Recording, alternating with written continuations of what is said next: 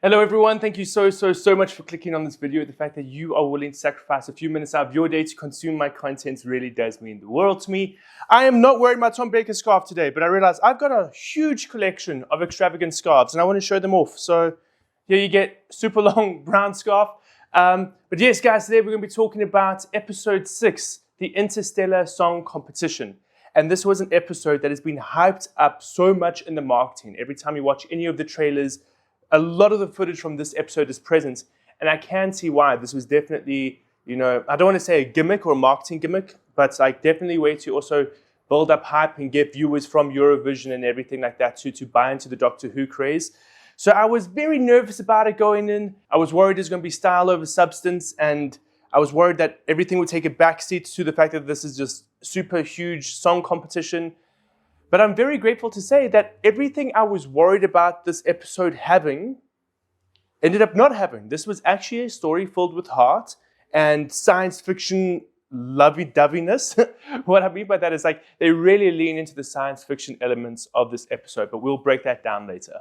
So ultimately, to break this down, the Doctor and Belinda arrive at this interstellar song competition where just every single alien race is being represented and performing, and it's been broadcast to trillions of people. But ultimately, at the end of the day, the entire show is hijacked by this coup. And I'm not going to say anything else because this episode does a great job of revealing the motivations of the bad guys of this episode, of the antagonists. And you actually start to understand why they're doing what they're doing. I was worried this was going to be very similar to last week's episode, where the motivations from the characters felt so hollow. But they're really well thought out, and you can understand why the villains would do what they did. And I enjoyed that. Like, I don't think we always had to have the most breathtaking backstory ever for the villains, but I want their motivations to be justified, and that happened in this episode. Starting off, from the very first shot, the visuals in this episode are amazing. Absolutely immaculate. If you compare this space station and the visuals to the space station and the effects from 2005 when, Doctor Who restarted, it's like chalk and cheese.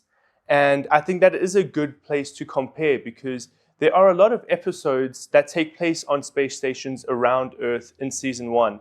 And you can just see how the visuals have grown. And obviously, yes, there's like 20 years between the two episodes. But I'm glad that Doctor Who is on a level where the visuals are amazing, where when you travel through time and space, you really feel like you are traveling. Like you are going to these different places. And that's a really good theme throughout this entire episode. You feel how alien this is. There are so many different alien races. Going back to the 2005 series, season 1 with Doctor Who, we have that episode where the Earth is destroyed. I can't remember the episode's name right now, but it's with Rose and the Doctor on the space station, and they're watching the Earth being destroyed. And you see all of these different alien races. You see that in this episode as well. There's such a diversity in the effects used, whether it's practical or CGI. The aliens feel so alien, whether it's just people in the audience or the actual competitors on stage singing, everything feels so alien, and I loved that. Okay, one of my biggest gripes of this season of Doctor Who, and the last one actually, was just Mrs. Flood. I'm so over Mrs. Flood. I don't care about Mrs. Flood. I understand it's nice to have a through line or something that's building all of these different seasons together, but Mrs. Flood is just not captivating me. And everyone that I know that watches the show, I've been speaking to them about Mrs. Flood as well.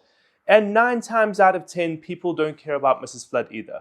So I'm kind of just waiting for that entire plot line to disappear because I'm over it. I'm really hoping that the reveal is worth the 2 seasons of build-up. If it's a good reveal, then fantastic, it was worth it. But if it's a lackluster reveal, I'm going to be so disappointed.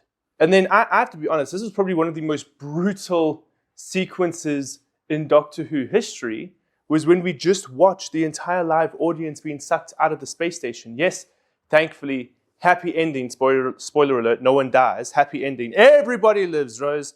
But it was brutal visually.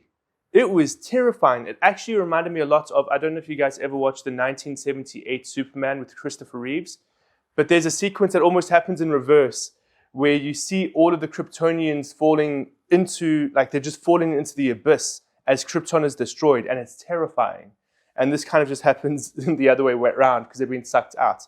But it was properly scary. And then something I love Doctor Who, and I love how crazy it can be, and I love how it doesn't take itself too seriously. It has serious moments, and they like to play around with fun ideas. I've never been a fan of Mavity.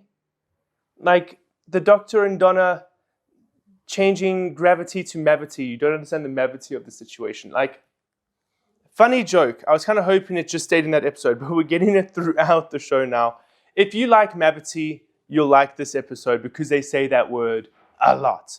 But as for Caleb, I liked it in one episode. I don't need to hear Mavity every time we're talking about gravity. I know they've committed to it now, so it has to be done.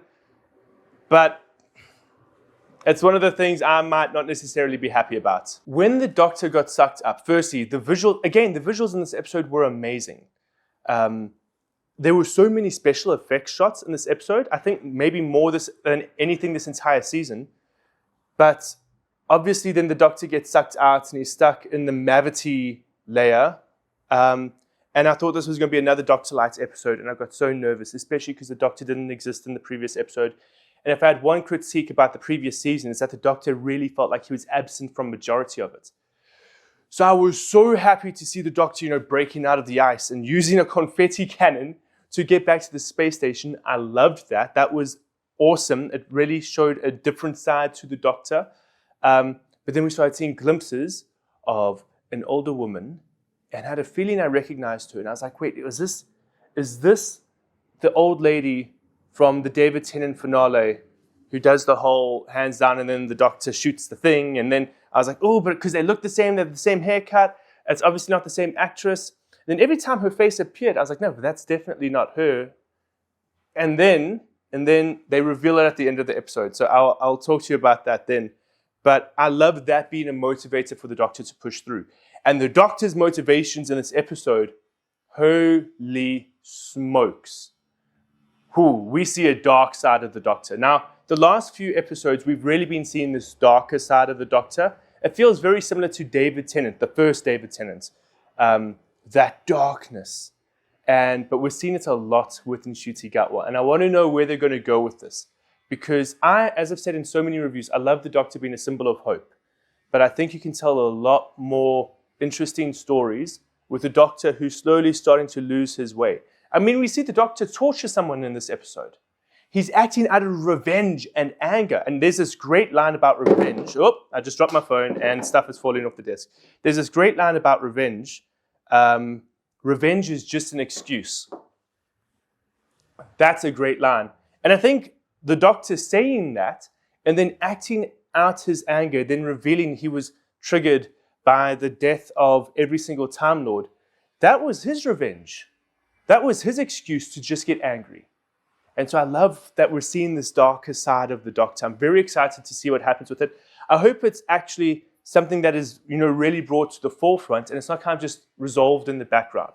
I want this to become an actual character development and plot point for Ncuti Gatwa. A huge part of this episode was dealing with racism and prejudice.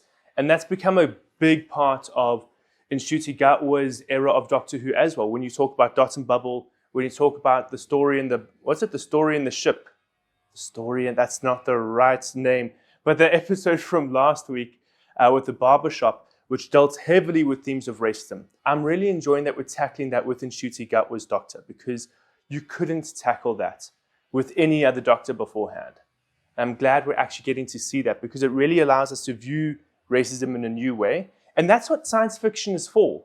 They're able to tell human stories using non-human races. And we got that in this episode as well, which I really enjoyed. And then I was talking about the old lady. It's Susan, the Doctor's granddaughter. And as soon as she says grandfather, I was like, how did I not see that? Because I just watched, I have the 5, I don't know if you can see on the camera, I have the 5 Doctors right here. I watched it the other day.